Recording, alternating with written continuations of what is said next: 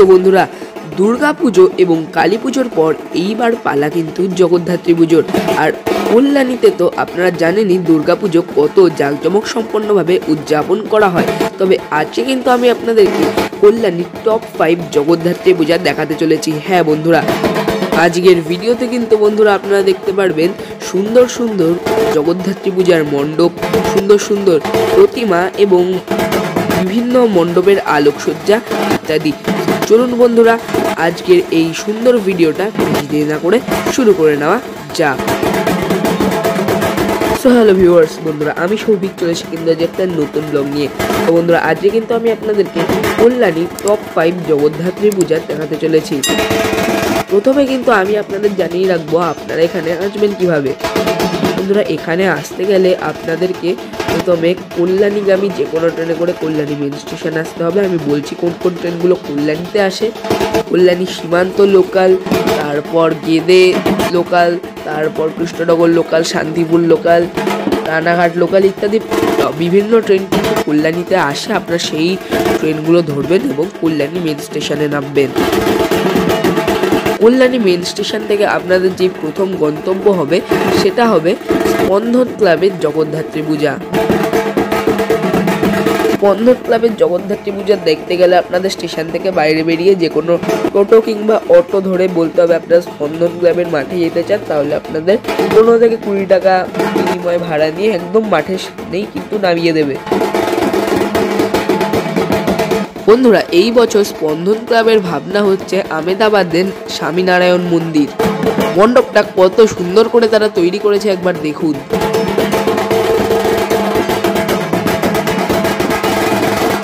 মণ্ডপের চারপাশে কিন্তু মেলাও বসেছে। প্রতি বছরই তারা তাদের পুজোটা বেশ জাঁকজমক সম্পন্নভাবেই উদযাপন করে। এই বছরও তার অন্যথা নয়। সুন্দর একটা মণ্ডপ তারা তৈরি করেছে। চলুন আমরা মণ্ডপের ভেতরে যাই এবং আপনাদেরকে প্রতিমা দর্শনটা করিয়ে দিই।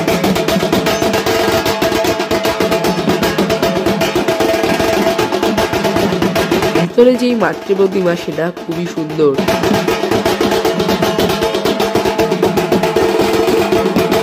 দেখে নিন আপনারা।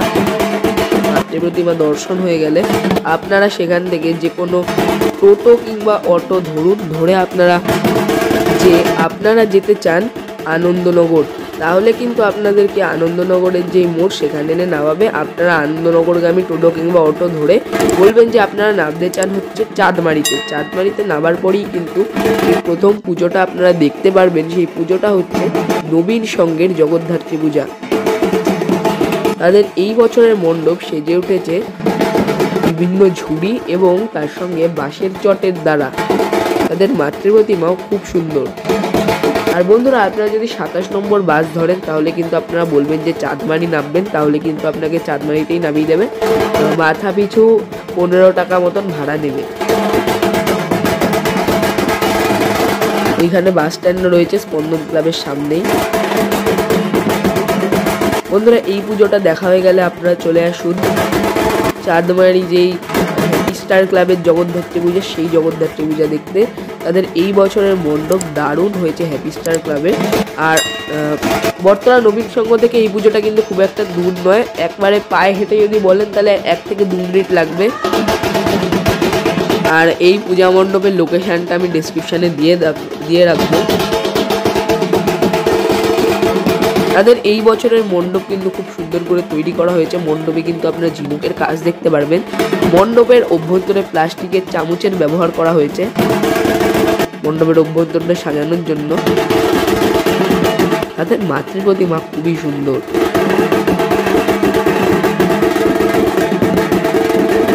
দেখার মতন মাতৃ প্রতিমা।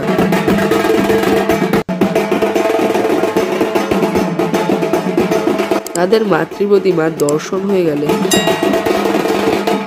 বন্ধুরা, এই পুজোটা দেখা হয়ে গেলে আপনারা চলে আসুন আনন্দনগরের আমরা কজন ক্লাবের জগদ্ধাত্রী পূজা দেখতে। আগের পুজোটি অর্থাৎ চাঁদমারির যে হ্যাপি স্টার ক্লাবের পুজো, সেই পুজো দেখার পর কিন্তু আমরা কজন ক্লাবে আসতে সময় লাগবে আপনাদের পায়ে হেঁটে 5 মিনিট। এখানে এসে আপনারা জগদ্ধাত্রী পূজার মণ্ডপটি দর্শন করবেন। মণ্ডপটি কিন্তু খুব সুন্দর করেছে তারা। সুন্দর মণ্ডপ, আলোকিত, আলোয় আলোকিত মণ্ডপ, বেশ ভালো লাগছে কিন্তু মণ্ডপটা। মণ্ডপের অভ্যন্তরটা মণ্ডপের বাইরের অংশের থেকেও কিন্তু দারুণ। ভেতরে মাতৃ প্রতিমা খুবই সুন্দর এবং একটি থিমের ছোঁয়া রয়েছে মাতৃ প্রতিমাতে। মণ্ডপের ভেতরটা কিন্তু তারা দারুণ করেছে, কাঁচ দিয়ে সাজানো মণ্ডপের ভেতর।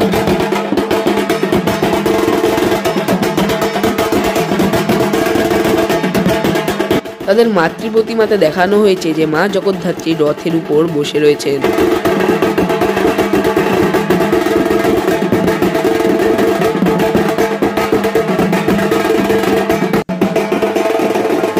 মায়ের মুখটাও কিন্তু খুব সুন্দর।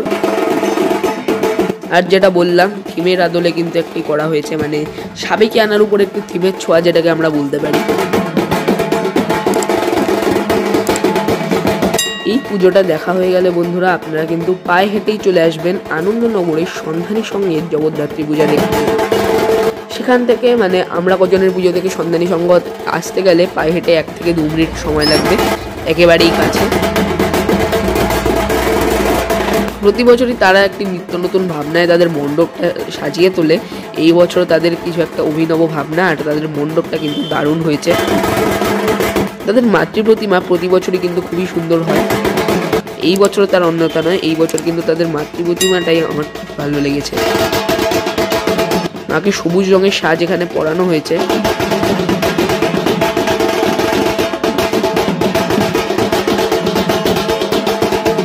মণ্ডপের অভ্যন্তরেও বিভিন্ন ছবি লাগানো হয়েছে, এটা দেখতে পাচ্ছি। মাতৃ প্রতিমাটা খুবই সুন্দর হয়েছে তাদের, একবার দেখিয়ে দিই আমি আপনাদের।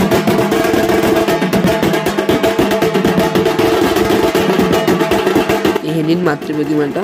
আর বন্ধুরা আজকের ভিডিওটা কিন্তু এই পর্যন্তই। ভিডিওটা ভালো লাগলে কিন্তু ভিডিওতে অবশ্যই একটি লাইক করবেন, কেমন লাগলো কমেন্ট করে জানাবেন। ভিডিওটা বন্ধু পরিবার আত্মীয় স্বজন সবার সঙ্গে শেয়ার করবেন। আপনি আমার চ্যানেল নতুন থেকে থাকলে আমার চ্যানেলকে কিন্তু অবশ্যই সাবস্ক্রাইব করবেন এবং অল নোটিফিকেশনটা কিন্তু অবশ্যই অন করে রাখবেন, যাতে আমাদের নিত্য নতুন আপডেটেড ভিডিও সবার আগে আপনার কাছে পৌঁছে যায়। আজকের জন্য এই পর্যন্তই, টাটা বাই বাই, নমস্কার, জয় মা জগদ্ধাত্রী।